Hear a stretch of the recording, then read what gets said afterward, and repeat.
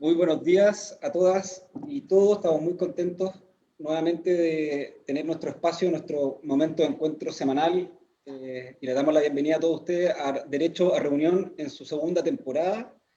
El año pasado tuvimos la oportunidad de realizar 19 transmisiones, 19 semanas con distintos hombres y mujeres protagonistas del mundo del trabajo, en un contexto que todos sabemos veníamos saliendo del, digiriendo todo nuestro proceso social y entrando también a un proceso de pandemia y confinamiento, y todo eso nos llevó a reconocer la importancia de reunirnos, de encontrarnos, aunque sea de manera digital, y a proponer temas de discusión, de conversación, análisis, ponerlo al servicio de toda nuestra comunidad, principalmente nuestras estudiantes y nuestros estudiantes del Infocap, las personas que se han capacitado también con nosotros, y todas las personas que quieran acercarse en el futuro a estudiar y a insertarse laboralmente a través de la fundación.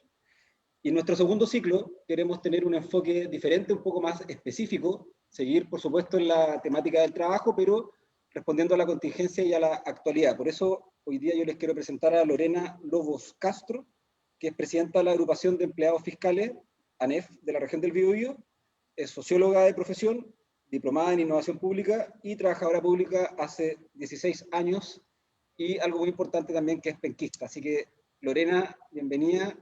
¿Cómo estás? Muy buenos días, Simón. Muy bien. Agradecida de poder compartir con ustedes este espacio que sabemos llega a muchas personas, a muchos trabajadores, y es lo más importante hoy día para los candidatos y candidatas al Distrito 20, el poder conseguir un espacio para que nos conozcan, de identificación, ¿cierto? Y además me siento muy identificada con el mundo del trabajo, así que muy contenta de estar con ustedes. Un saludo a todos los que nos ven hoy día. Bien, gracias Lorena también por estar acá. Yo te contaba antes y le cuento ahora a todas las personas que nos acompañan. Hay más de 50 personas que tienen la motivación de ser, bueno, ahí vamos a saber bien cómo se llama a través de Lorena, convencionales constituyentes, entiendo. Y no podemos invitarlo a todos, estaríamos un año teniendo un programa todas las semanas si quisiéramos conocer a los más de 50 candidatas y candidatos.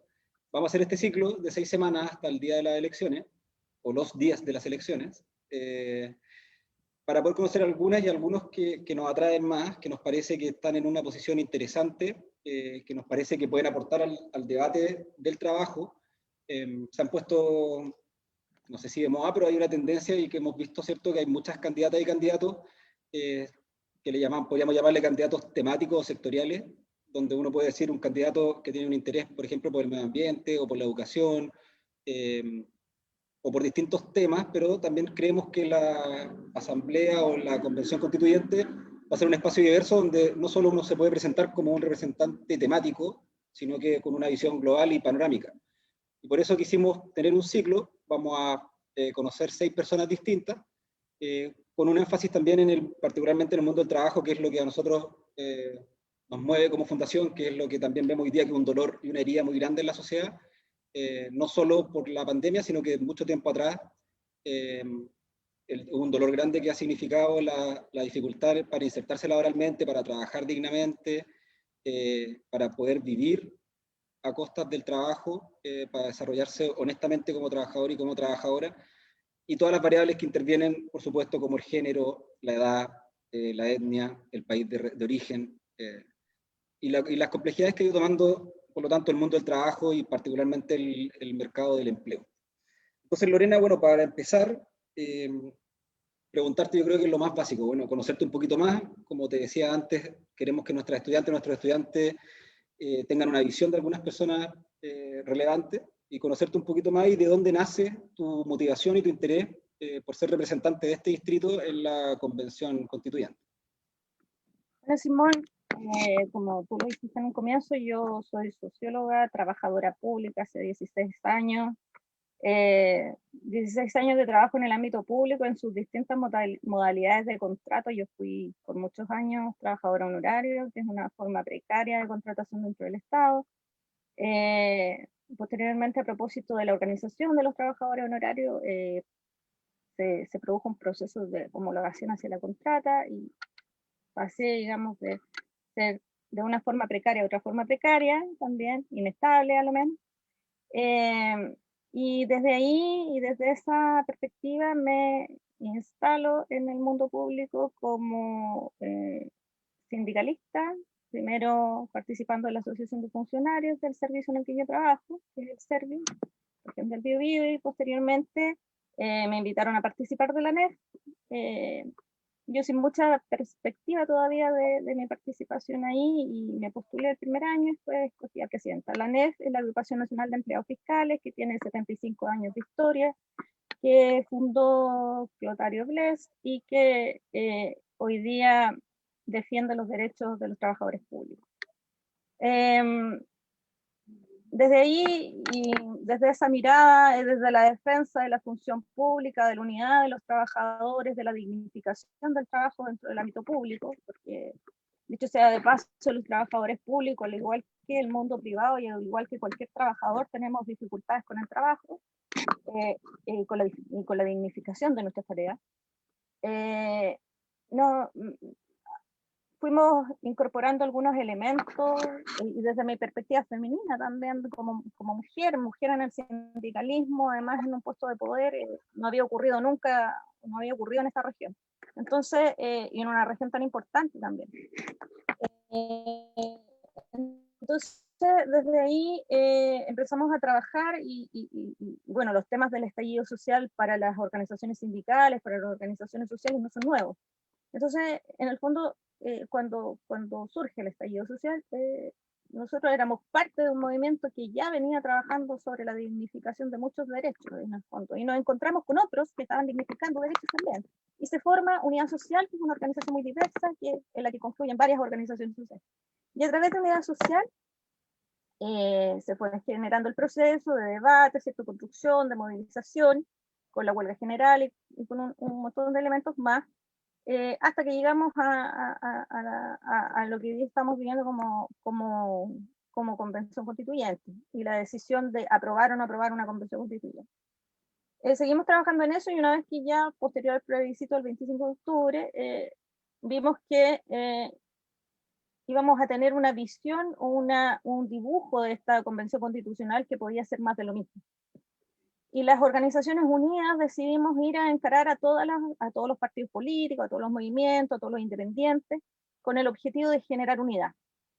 Unidad, una lista única que nos permitiera conseguir la mayor cantidad de escaños dentro del proceso o de la convención constitucional, para así garantizar que las banderas del 18 de octubre, como te digo, de este trabajo de base que nosotros venimos generando hace años, pudieran estar garantizados en esa nueva constitución. La verdad es que en el tema de la unidad no nos fue muy bien, pero lo que sí conseguimos fue arrebatar algunos cupos a los partidos políticos para que los que fuesen nuestros representantes de la unidad social. Y ahí entro yo a la escena, en el fondo, a partir de una decisión de base, de un mandato de estas organizaciones, nos piden a dos miembros del gremio el integrar o el ser candidatos a la Convención Constitucional. Yo voy en una misma lista con Pavel Guíñez, a quien mando un saludo y que también es parte de este nuevo trabajo, de esta nueva filosofía de integrar las visiones sociales al mundo político y al mundo de las decisiones, visto desde la perspectiva de las decisiones políticas más que de la política partidaria. Y eso yo creo que fue el inicio de esto. El mandato y el rol que tengo en el mundo del trabajo es mi principal aporte. Creo que incorporar también dentro de esta mirada los ejes de participación que hoy día no están insertos en la sociedad, que permitan instalar los temas, las banderas del 18 de octubre, como te decía, la redistribución del poder político, la democracia participativa. Yo creo que ese es el principal desafío de los constituyentes, entre paréntesis. Yo creo que hoy día, como tú bien decías en un comienzo, hay una tendencia a tener temáticas que parece que son comunes y que parece que todos estamos de acuerdo en que hay un gran cúmulo de temas que hay que cambiar dentro de la Constitución, y en eso no estamos en desacuerdo. Pero yo creo que el método, el cómo estos acuerdos se instalan, yo creo que va a ser la diferencia. Yo creo que las y los trabajadores, las y los ciudadanos hoy día tienen que ser parte interviniente del proceso constituyente, de un proceso constituyente que debe ser transparente y de cara a la ciudadanía, y en lo que el desafío de los constituyentes va a ser buscar esa participación, buscar ese involucramiento, y no al revés. O sea, y yo creo que puede haber sido impopular, ¿eh? Me pasa un poco porque en todas las entrevistas a las que voy, en las que me preguntan, me dicen, bueno, ¿cuál es su propuesta? Como en esta lógica de hacer política, de hacer candidatura desde la propuesta del candidato y desde lo que el candidato piensa, ¿cierto?, que tiene que llevar y que tiene que representar. No desde la construcción y de esta lógica de la construcción participativa, permanente, y que nos permite co-crear, ¿cierto?, una constitución que va a ser la que nos va a regir, ¿cierto?, pero que también tiene que tener identificación dentro de los ciudadanos, porque si no, va a ser una letra muerta, un nuevo ejercicio más que no nos va a permitir generar hoy día el ambiente país que tenemos. Yo creo que lo relevante está ahí. Hoy día las decisiones relevantes tienen que ver con el debate, la forma y el país que queremos, el proyecto de país que queremos. Lorena, bueno, estamos con Lorena Lobos Castro, que es candidata a la Convención Constituyente por el Distrito 20, es penquista y es presidenta de la Agrupación de Empleados Fiscales en la región de la ANEF. Y preguntarte, bueno, tú mencionaste estas cosas muy interesantes de cómo nace, se origina y este sentido de responsabilidad que tú transmites de lo que tú llamas el mandato. Preguntarte específicamente, también tú mencionaste, dijiste las banderas del estallido social. ¿Qué banderas del estallido social tú crees que tienen que ver con el mundo del trabajo? Yo creo que por ahí también va el interés nuestro, y como tú, como dirigente, me imagino que lo has visto particularmente en el mundo público, donde me imagino que hay la necesidad y hemos visto lo que ha pasado este año, y creo que ha sido muy interesante cómo, por ejemplo, los trabajadores del ámbito de la salud, que son trabajadores públicos, los profesores, que son trabajadores, muchos de ellos públicos, empieza a aparecer en valor, ¿cierto?, el rol que ellos puedan jugar, y nos acordamos un poco más de ellos en situaciones críticas. Pero ¿cuáles crees tú que son estas banderas? Cuando tú dices las banderas del estallido social, ¿cuáles de esas banderas decían trabajo? Esa es mi pregunta. ¿Y qué significa hoy día eso? Hoy día yo creo que pasó mucho durante el 18 de octubre. Bueno, yo tengo el privilegio, siento yo, de haber estado ahí con la gente, ahí todos los días, ahí escuchando, ahí viendo, ahí construyendo también una mirada de esto que se llama estallido social, y que era finalmente la búsqueda colectiva de dignidad, en la que todos nos veíamos de alguna u otra manera golpeados, ¿cierto? Y creo que la pandemia, si algo nos ha permitido, es que darnos cuenta que efectivamente para quienes todavía no creían, no creen que lo del 18 de octubre tiene una importancia real desde la perspectiva de los ciudadanos y de sus necesidades, la pandemia lo dejó en evidencia, en absoluta evidencia. ¿Qué es lo que ocurre con el trabajo? Es que hoy día tenemos más de 2 millones de desempleados a propósito de la pandemia. Que tenemos un Estado, ¿cierto?, que no llega a esos trabajadores desempleados, que no les permite generar un Estado que no genera empleo, dicho sea de paso.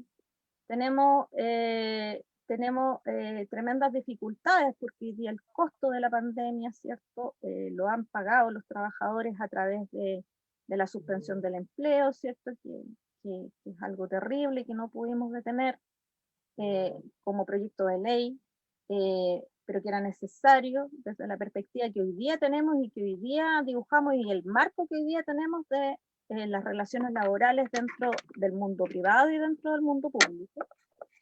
Que hoy día tenemos una sobreexplotación de empleados a través de los retail, que pudiendo pagar sueldos dignos o dignificar el empleo, ocurre precisamente lo contrario, que tenemos que la gente que tiene empleo tiene mucho miedo, y eso está, digamos, son parte de las cifras y de las encuestas, tiene mucho miedo de perderlo.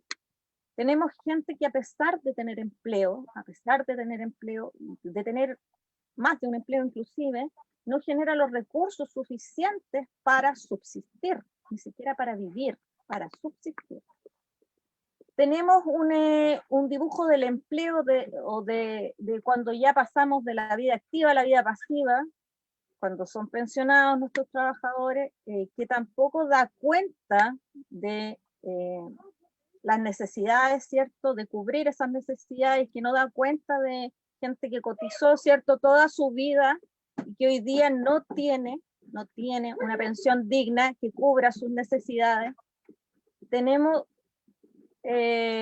grandes brechas en el mundo del trabajo y dentro del mundo del trabajo y dentro de todos los tipos de trabajo, grandes brechas respecto del trabajo de las mujeres, de sus remuneraciones y del trabajo de los hombres a mismo cargo, igualdad de renta, es una bandera, ¿cierto?, de lucha que viene ya de bastantes años.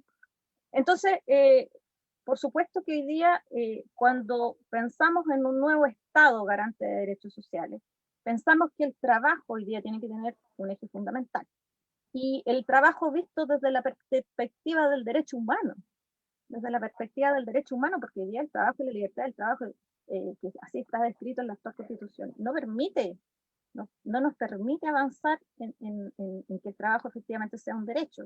Hoy día a mí por mi rol me toca discutir de repente y se dice, pensamos en la reactivación económica, vamos a generar proyectos de inversión pública para generar empleo. Eso es falso. Ningún proyecto de inversión pública viene escrito en algún tipo en el contrato con estos inversionistas que debe generar empleo. No está obligado a generar empleo. Entonces, en esa perspectiva, tenemos tremendas dificultades. ¿Para qué decir en los empleos que no son, en el reconocimiento de los empleos no remunerados, por ejemplo, de las labores de cuidado, que hoy día no son, cierto, remuneradas? Y así yo creo que cuando se piensa en una nueva constitución, pensamos en refundar un país, y refundar un país respecto de las relaciones que tenemos.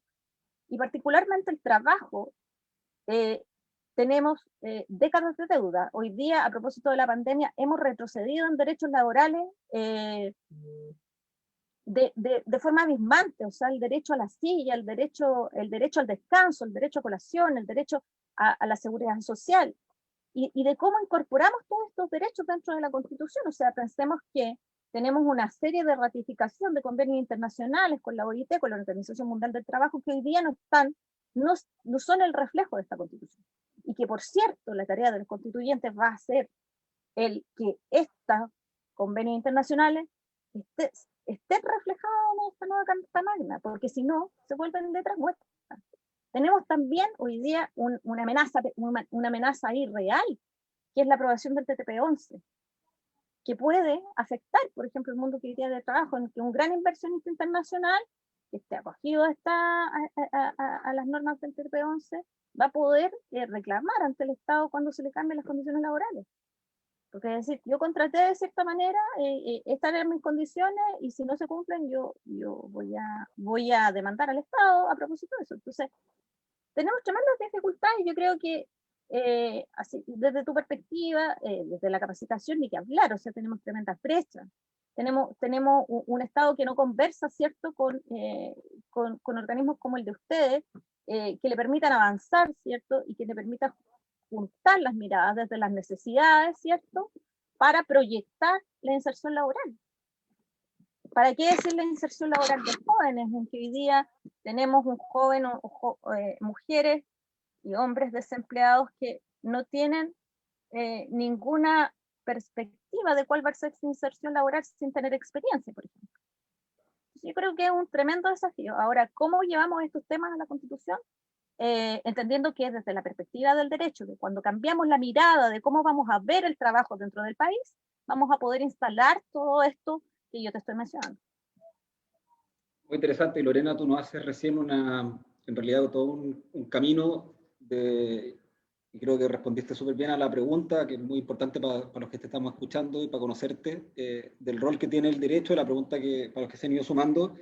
Hemos preguntado a Lorena cuál era en las banderas del estallido social, dónde decía trabajo y cómo se expresaba, y creo que hiciste un recorrido súper interesante, y también muestra la complejidad y la adversidad ahora que se está viviendo en el mundo del trabajo. Y en ese sentido, preguntarte por algo que tal vez puede ser transversal porque puede de alguna manera ayudar a resolver varios de los puntos que tú comentas. Y que también está en la definición del trabajo decente de la OIT, que habla de cuatro cosas, pero finalmente habla del diálogo social, y yo creo que en una escala natural de necesidades, probablemente la lucha de los trabajadores ha estado en los derechos, y probablemente el diálogo social es como ya un nivel más avanzado. Y en ese sentido, preguntarte el rol de las organizaciones sindicales y la agrupación de trabajadores. ¿Cómo ves tú el espacio que puedan tener en la Constitución, digamos, como valores esenciales o incluso como el derecho a organizarse? ¿Y qué rol crees tú que deben jugar en la sociedad del futuro? Pues con estas complejidades que tiene el mundo del trabajo, si tú crees que va a seguir en la lucha de los derechos, como tú bien decías, es bien impresionante que tengamos que volver a poner, o que tú tengas que volver a decir que hay derecho a descansar o derecho a sentarse, ¿cierto? Derecho incluso a organizarse, pero cómo se puede avanzar a que también las organizaciones sean co-constructores y constructoras del desarrollo de las o empresas o del Estado o de la sociedad civil, cómo los trabajadores organizados pueden no solamente ser una contraparte en la exigencia de los derechos válidos, sino también en el construir en común. ¿Tú crees que vamos a lograr eso, o si la Constitución puede hacer un aporte en ese sentido? Te agradezco la pregunta, Simón, porque es desde la mirada desde la mirada que hoy día tienen las organizaciones sociales y sindicales particularmente. Yo creo que tenemos muchas propuestas como organizaciones sindicales. Y yo creo que la fuerza de la sindicalización y el derecho a la sindicalización que tú mencionas debe estar, por cierto, incluido. Cuando yo me refería a los convenios, evidentemente dentro de esos convenios tenemos unos que garantizan la sindicalización, que garantizan el derecho a huelga, que garantizan una serie de derechos incluidos dentro de eso. ¿Y por qué? Hoy día lo vivimos un poco con la pandemia, creo yo. De repente se demoniza la acción del sindicato o la necesidad del trabajador a organizarse, porque de alguna manera el que el trabajador no esté organizado le permite al empleador tener mayor poder. En el fondo, el sindicalismo lo que hace es equiparar fuerza, es poner a los trabajadores al mismo nivel del empresario, del patrón, en el fondo.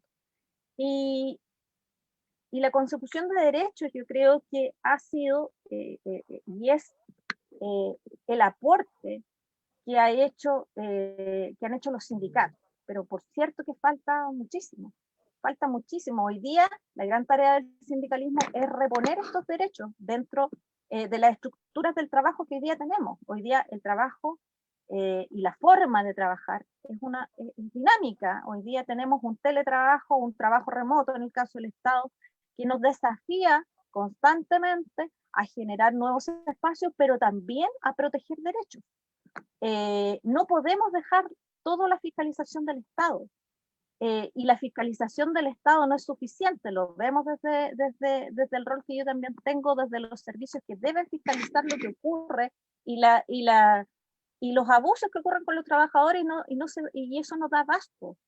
Funciona desde la perspectiva de la denuncia, desde la denuncia del mismo trabajador, que después se ve involucrado, es cierto, y se ve agobiado, que prefiero de repente no denunciar por lo que te dije al principio, por el temor de perder al empleo. Entonces, cuando los trabajadores tienen sus representantes, facilita esta tarea. Y además, cuando esos representantes y cuando los intervinientes dentro de los procesos que queremos cambiar participan, vamos a tener una mejor constitución en la medida en que la participación ciudadana siga siendo partícipe del proceso, siga siendo el eje y el motor de esta nueva constitución. El desafío de los constituyentes debe ser generar gobernanza en el ciudadano, no liderazgo. Y yo creo que cuando tú sientas a conversar a los trabajadores con sus necesidades, a los sindicatos y a los empresarios, podemos crecer. Hoy día no somos enemigos. Podemos crecer y podemos crecer en condiciones. Nosotros tenemos experiencias dentro del mundo público, en que, por ejemplo, cuando se debate el tema de qué se diseña en términos de justicia y de acceso a la justicia, que hoy día es un tema, y sentamos a los trabajadores, por ejemplo, de las corporaciones de asistencia judicial, a conversar y a diseñar lo que queremos respecto de ese nuevo servicio, ese nuevo rol del Estado y los nuevos desafíos respecto del acceso a la justicia de los que menos tienen, tenemos un montón de aportes. Tenemos un diseño porque lo vemos desde lo que hacemos. Y yo creo que eso es fundamental. Darle valor a esa mirada, darle valor a la opinión del trabajador y que desde sus tareas puede mejorar y que también es un trabajador que tiene propuestas. Y que esas propuestas pueden convivir y se pueden desarrollar de la mano de la empresa con un Estado que garantice aquello, con un Estado que garantice la participación y que no dé o que no otorgue un modelo estructurado y hecho a la medida solo del empresario, entendiendo que el trabajo es el eje fundamental de todo, es el eje fundamental de una familia que pierde el trabajo, si el jefe de familia pierde el trabajo, lo pierde todo. Se produce un descalabro familiar que impacta a todo el mundo, que impacta el acceso a la salud, que impacta a sus hijos, que impacta la vivienda, porque hoy día básicamente, también dicho sea de paso, tenemos trabajadores, tenemos grupos vulnerables de trabajadores, pero también tenemos un segmento medio que no tiene acceso a nada, y que su trabajo es todo lo que tiene, y que si lo pierde, que ha ocurrido, ¿cierto? Y lo vimos en la pandemia, no tiene nada, y tampoco tiene apoyo del Estado, que tiene que endeudarse. Un emprendedor que además es el que genera empleo, dicho sea de paso. Hoy día son los emprendedores los grandes generadores de empleo, los que mueven la economía, y no son las grandes empresas como se nos tiende a hacer pensar. Hoy día es más bien este sector el que ha generado el empleo y que se ha visto mayormente impactado en términos hoy día de pandemia, y por lo mismo se ha generado una crisis importante de empleo que el Estado no puede resarcir. Hoy día no tiene las herramientas porque no es un sujeto interviniente en generar empleo ni en generar condiciones, porque a pesar de las condiciones que genera, que son todas subsidiarias, no se produce una dinámica de mayor empleo. Estamos con Lorena Lobos, que es presidenta de la NEF en la región del Biobío, es candidata por el Distrito 20. Creo que tocas temas súper interesantes, Lorena. De hecho, quisiera, si pudiéramos andar un poquito más en esta idea de la representación. Tú hablabas de la gobernanza versus liderazgo. Yo entiendo que también la población en general, todos nosotros, tenemos que hacer la diferencia o distinguir cuando vamos a votar por un alcalde, un concejal, un parlamentario, un gobernador o un representante de la convención. Y creo que tú ahí nos das algunas luces bien interesantes, que es y creo que también ahí ha habido alguna o va a haber algunas decepciones de la ciudadanía en general por esta idea de las características de las personas que van a estar en la convención. Me refiero a que de una u otra manera, a pesar de que muchos candidatos quieran mostrarse como independientes hoy día, como también parte de desligarse de las tendencias políticas, estamos teniendo y vamos a tener, no son personas que van a ser seleccionadas por una tómbola, no van a ser ciudadanos de a pie, sino que son personas que representan a grupos intermedios, y que de alguna forma esos grupos intermedios pueden ser partidos políticos, organizaciones como la que estás tú. Y la ciudadanía creo que tenemos que tener cierta confianza para que estos representantes intermedios transmitan el sentir de sus bases. Y creo que ahí es donde está la validez de las candidaturas. Y en ese contexto yo creo que la independencia puede ser no necesariamente algo tan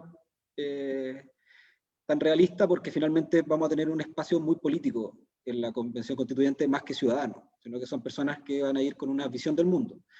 Y por eso te invitamos a ti, porque creemos que tu visión, sin conocerte en realidad, es una visión que, dado tus roles, nace del encuentro y del rol que has tenido con los trabajadores y trabajadoras. Entonces, llevarte de nuevo a ese escenario. ¿Cómo crees tú hablas de participación? ¿Qué va quedando, digamos, al decantar tanta experiencia y tanta relación con trabajadores, trabajadoras, dirigentes?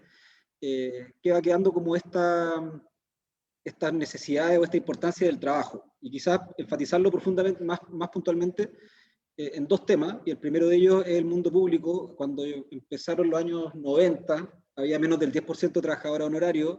Del 2006 en adelante vamos cerca del 30%. Se ha transformado en una herramienta política también, ¿cierto? Y entra en duda en los roles que cumplen esos tipos de trabajadores, pero a la vez precariza mucho también esa función.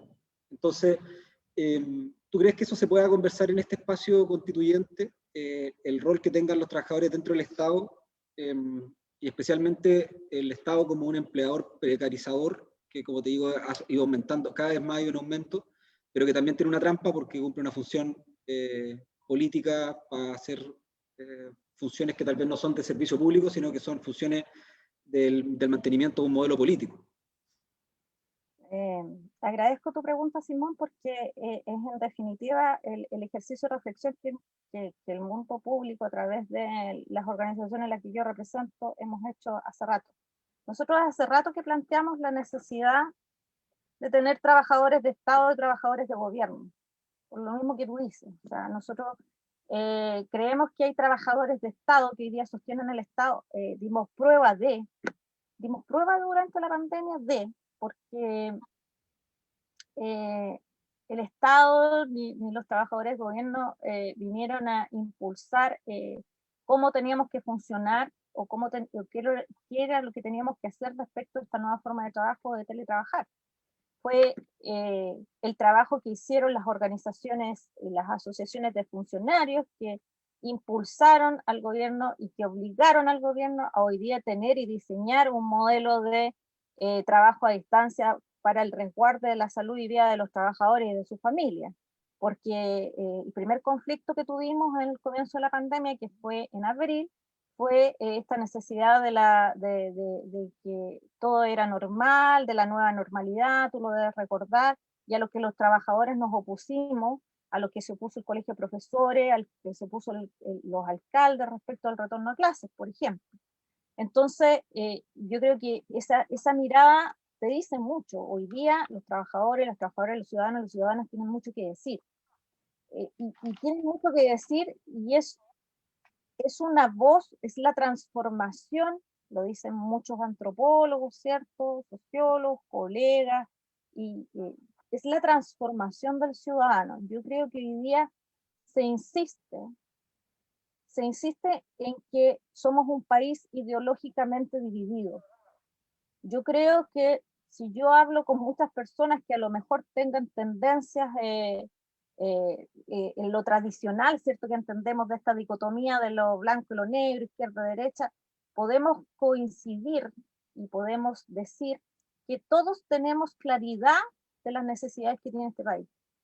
Mejor empleo, trabajo, ¿cierto? Dignificación de la educación, de la salud, de las pensiones, del resguardo del medio ambiente. Esa es como una matriz que se repite también en los discursos de los constituyentes como yo, que se repite en las decisiones o en el trabajo que prometen, ¿cierto? En los programas de los alcaldes, de los concejales. El tema es cómo lo implementamos. Y yo creo que ahí está la gran diferencia. No lo implementamos desde las cúpulas y desde lo que los eruditos, ¿cierto?, piensan que es lo que es mejor para el ciudadano. Mi propuesta, al menos, es que los ciudadanos sean los que se involucren en qué es lo que es mejor. Y que, en el fondo, nos mandaten a hacer en esta nueva constitución o en esta nueva constituyente. Porque si no, va a ocurrir lo mismo que ocurrió en el 80, en que la diferencia de tener 6 personas, que era la Comisión Ortúzar, vamos a tener a 156, pero que van a estar trabajando, ¿cierto?, encerrados, solitos, pensando el mejor futuro para Chile. Yo creo que no. Yo creo que de una u otra manera la Constitución está escrita en las calles, está escrita en las mentes de las personas y en sus necesidades. Y el desafío, te insisto, de los constituyentes va a ser llevar esas necesidades, buscar la participación, buscar la acción colectiva, buscar el comprometer a las personas en esta acción permanente durante todo el proceso, no que nos olvidemos, ¿cierto? El 12, ¿cierto? Ya nos reunimos a hacer la constitución y nos olvidamos de que existía la gente, porque eso es lo que ha desmotivado la participación de la gente. Se insiste en que tenemos una sociedad anómica, yo creo que no. Los ciudadanos hoy día son capaces de organizarse, por ejemplo, cuando tienen un problema, lo vimos. Hace unos días, necesitamos justicia, necesitamos protección, necesitamos seguridad ciudadana con el crimen de los niños que ocurrieron en Santiago, y la gente se organiza y protesta y demanda lo que hoy día siente que el Estado no le proporciona. Esa es la manera que tenemos el desafío de conseguir que empoderar y participar, y que se haga una participación real, avanzar en una democracia participativa implica que ya la democracia no tiene que ser solo consultiva. Tenemos que empezar a construir, y que tenemos que construir con las personas, para las personas. Entonces, yo creo que el rol de la sociedad ha evolucionado, porque tenemos que pensar que hoy día tenemos un ciudadano muy informado, a través de su celular, a través de las redes sociales hoy día, y que tenemos que pasar de tener opinión pública a tener razonamiento público, que implica que las consecuencias, invitar al debate y a la colaboración de lo que significa un proceso. Y eso es razonamiento público. Entonces, y yo creo que la gente está disponible a eso. Lo hemos visto, lo vimos durante, y aunque parezca reiterativo, el 17 de octubre la gente salía a pedir lo que tiene claro que necesita. La gente, si tiene un problema de agua, se organiza para resolverlo. El tema está en que hoy día no saben cómo llegar, no saben para qué sirven sus autoridades, y porque también existe una suerte de desesperanza. Sí, ¿para qué voy a votar si nada cambia? Hoy día es posible cambiarlo a través del proceso constituyente. Hoy día no da lo mismo votar por cualquier constituyente. Hoy día sí tenemos la posibilidad histórica. Esta va a ser la primera constitución paritaria en el mundo, en que va a haber igual cantidad de hombres, igual cantidad de mujeres. En que además la paridad no fue parte del acuerdo por la paz, que fue algo en el que insistimos y insistimos los ciudadanos, que la incorporación de los pueblos originarios tampoco era algo que estaba considerado y en el que insistimos y insistimos los ciudadanos, que la consideración de los independientes fue algo que también se consideró y que insistimos los ciudadanos, que los independientes podían conformar listas porque si no, se volvía, por el sistema electoral, ¿cierto?, en algo poco equitativo. Yo creo que tenemos una importante crisis de desigualdad. Y cuando tenemos crisis de desigualdad, disminuye la participación. Eso es un hecho. Nosotros somos líderes en desigualdad y líderes en falta de participación. Hoy día tenemos que llegar a las personas, primero, a decirles que participen, y que es importante que participen y se involucren no solo el día que van a votar, se involucren durante todo el proceso, porque va a haber constituyentes que vamos a estar disponibles para aquello. Porque si esta constitución está bien hecha desde esa mirada, desde esa mirada, vamos a tener paz, vamos a tener un pueblo en paz. Y eso es lo que queremos hoy día. Dignificar significa también buscar la tranquilidad, y la tranquilidad en un país no tiene precio, pero es algo que se construyen con todos y todas. Es interesante, Lorena, como que llegues a ese concepto de la paz, porque creo que es lo que se habla poco, pero me imagino que está detrás de que podamos ponernos de acuerdo en cómo convivir en la búsqueda de la paz. Y creo que la última pregunta, yo te había dicho que eran dos preguntas a partir de esto, que tiene que ver con, bueno, me imagino y espero que la compensación después de la convención constituyente tenga que ver con los roles de las instituciones y en eso, y cómo repercute o cómo se vincula con otras áreas de la vida, y me refiero particularmente a los roles de cuidado. Me parece que cultural y jurídicamente tenemos los roles de cuidado asignados a la familia, ¿cierto? Como esta estructura familiar, y eso tiene rostro de mujer, ¿no? Y eso ha significado, y hemos visto cómo tradicionalmente, y en Chile cuida más del 95% de las personas que cuida son mujeres, a niños, a personas dependientes, y eso trae un impacto evidente en las trayectorias laborales, ¿no? En trayectorias laborales irregulares, con varios procesos de retirada y reingreso, y eso hace que en comparativa las mujeres están en una desigualdad evidente frente a los hombres en el desarrollo laboral, tanto su estabilidad, en su ingreso, en su permanencia. Y bueno, la pregunta va para allá. ¿Cómo crees tú o cuáles de los roles que se pueden conversar en una constitución puedan afectar positivamente y reubicar en igualdad de condiciones a los hombres y las mujeres en el mundo del trabajo? Yo creo que, agradezco nuevamente tu pregunta, yo creo que es todo un desafío. Hace décadas bueno, vivimos en la era, y a propósito de que se viene el 8 de marzo, ¿cierto? Yo creo que esta es la era de las mujeres. Y principalmente, tú tienes razón en el diagnóstico. tenemos una crisis de desigualdad en todos aspectos, pero principalmente es una crisis que impacta mayormente a las mujeres en todos sus roles. En el mundo del trabajo, difícilmente una mujer se puede involucrar en puestos de poder si no tiene una red de apoyo fuerte. Yo lo viví, mi experiencia es esa. Yo soy dirigente y he podido desarrollarme en lo profesional y en lo personal gracias a que tengo una red de apoyo importante. Si no, no me habría sido posible porque los roles de cuidado, y yo solo tengo un hijo, los roles de cuidado hoy día básicamente impiden que la mujer se desarrolle en forma integral. Porque hoy día no hay garantías de cuidado para una mujer que necesita desarrollarse en el ámbito laboral, por ejemplo, o en el ámbito de la capacitación, porque igual los roles de cuidado están pensados para los niños de los 0 a los 2 años, el que garantiza el Estado, y que es insuficiente. Vemos en países más modernos en que, por ejemplo, el rol de cuidado el rango etario del cuidado es de los 0 a los 12 años, lo que le permite, por ejemplo, a una madre, o a un padre, o a un cuidador, la licencia médica no es para el niño, por ejemplo, cuando un niño se enferma. Si un hijo se te enferma, de la razón que sea, tiene una amigdalitis, tiene que estar 4 días en cama, esta licencia médica no es solo al niño y a dejarlo, digamos, sin asistencia a clase, es para el cuidador. Y ese cuidador puede ser la madre, el padre, un abuelo, y de esos días no trabajados se hace cargo también, se hace cargo el Estado, no se hace cargo el empleador. Entonces yo creo que cuando pensamos y cuando escuchamos todo decir la mirada de los niños primero, es falso, porque eso no existe. Yo recuerdo muy bien en mi época de honorario, yo me embaracé cuando era honorario y fue muy complejo porque es un espacio de trabajo en el que están ausentes todos los derechos fundamentales, no solo de la madre, sino que del hijo que viene por nacer y del hijo cuando nace. O sea, se vulneran todos los derechos de ambos. Y eso ocurre hasta el día de hoy.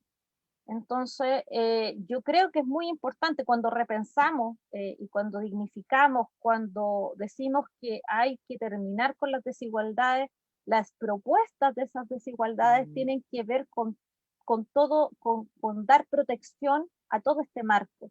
Que cuando una mujer se está preparando para el trabajo también tenga derecho y se inserte, y se pueda insertar o reinsertar laboralmente, y también tenga derecho al cuidado y a la protección del Estado, porque hoy día eso no existe.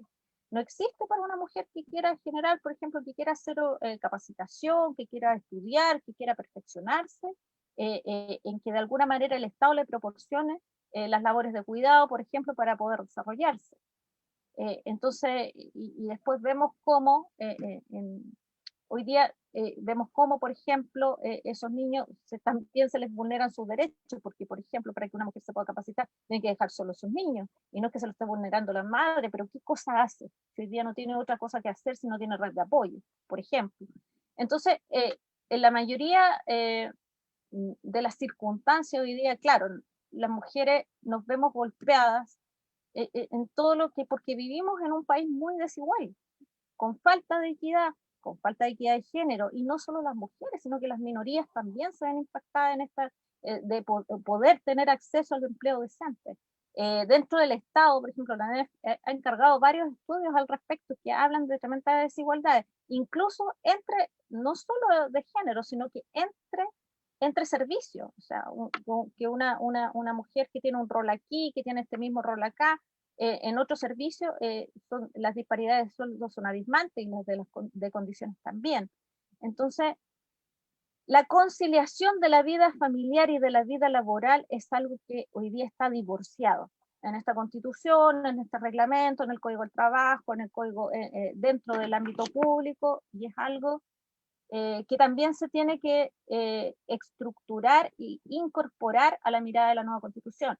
Estamos a punto de ratificar o queremos que se ratifique el convenio 190, que evita el acoso laboral y sexual en el mundo del trabajo, lo sanciona gravemente, pero todavía no podemos avanzar en eso lo suficiente, todavía no conseguimos que a pesar de que hoy día se hace necesario, todavía no se consigue la ratificación del convenio 190, del que saludo a mis compañeras de ANEF que han tenido un rol fundamental a nivel internacional, a nivel de la OIT, para construir y co-construir este modelo, este convenio.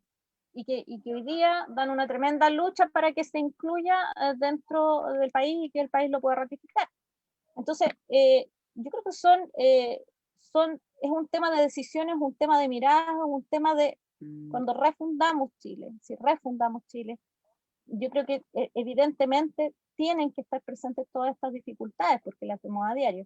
Tenemos también una dificultad tremenda porque hoy día, a pesar de que hay mucho, y porque vivimos en un país subsidiario, cuando tú terminas de la subsidiariedad, en el fondo, replanteas esto. Tenemos grandes recursos hoy día se destinan a superar la vulnerabilidad. Y si tú estudias o te metes en una familia, te ves como generación tras generación siguen siendo esclavos o estando vinculados a la vulnerabilidad y siguen siendo vulnerables. ¿Por qué no superamos la vulnerabilidad? ¿Por qué no superamos la pobreza? A pesar de que se supone que a través de estas herramientas subsidiarias debería ocurrir. No la superamos porque tenemos tremendas dificultades y tremendas desigualdades que hoy día no nos permiten hacerlo. Entonces tenemos que repensar el cómo hoy día vamos generando condiciones para que efectivamente haya un desarrollo integral del ser humano dentro del país, y eso partiendo por el eje fundamental que es el trabajo y el trabajo digno. El otro día conversábamos a propósito de la CUT, que a pesar de tener una serie de gobiernos afines, parlamentos no afines, no hemos podido regular el sueldo mínimo. El sueldo mínimo hoy día no garantiza los mínimos para subsistir, de subsistencia. No hemos podido instalar el salario digno. Y ya llevamos una década en eso, más de una década en eso. No hemos podido instalar el salario digno porque no hay voluntad política, no hay voluntad del empresariado, pero sin embargo sí tenemos ejemplos de empresarios que tienen conciencia social y que sí pagan el sueldo mínimo sin tener la regulación del Estado. En eso tenemos que avanzar. También tenemos que avanzar en la conciencia de hoy día de lo que significa eso. Y donde no haya regulación, por cierto, el Estado tiene que regular, eso sin duda.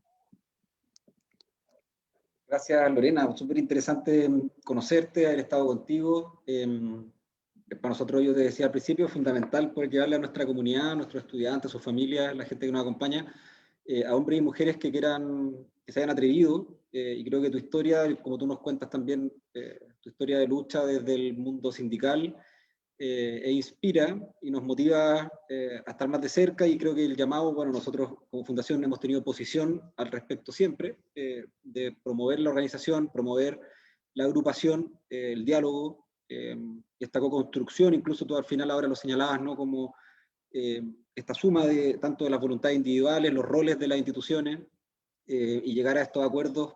Estamos nosotros convencidos que el futuro hay muchos dolores, hay urgencias también, concordamos contigo, hay contradicciones muy fuertes como trabajar y ser pobre, que no se nos pueden olvidar, y que el 18 de octubre los trajo de vuelta con más dolor, pero también con más urgencia.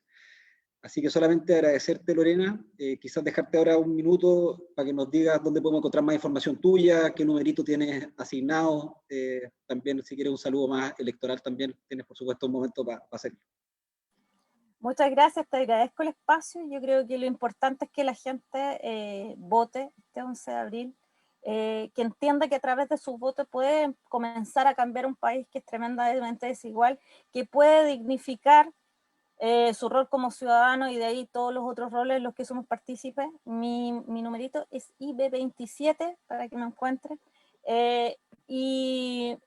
Tengo un fanpage en el que recibo muchas visitas y las agradezco una a una. Estoy tratando de contestar todo lo que puedo, en la medida de lo que puedo, y principalmente el llamado a escoger constituyentes y autoridades que hoy día se comprometan con el ciudadano, que se comprometan a una participación permanente y que entiendan que desde la perspectiva, así como lo estamos analizando desde el trabajo, yo soy un mandatado, voy a tener patrones, y mis patrones van a ser los ciudadanos.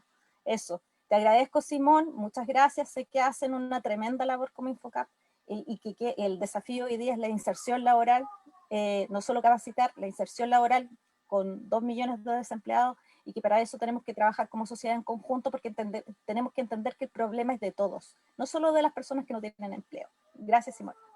Vale, bueno Lorena, mucho gusto conocerte y por tu tiempo. Con esto cierra nuestro primer capítulo de Derecho a Reunión. Vienen más invitadas e invitados para conocer nuevas candidaturas, nuevas posturas, y también nosotros ser un vehículo para nuestra comunidad, las personas que nos acompañan, de que se puedan informar, que puedan decidir y que puedan activamente acercarse a la participación social y política, primero desde el voto, pero desde el llamado a Lorena también a la permanente participación y construcción.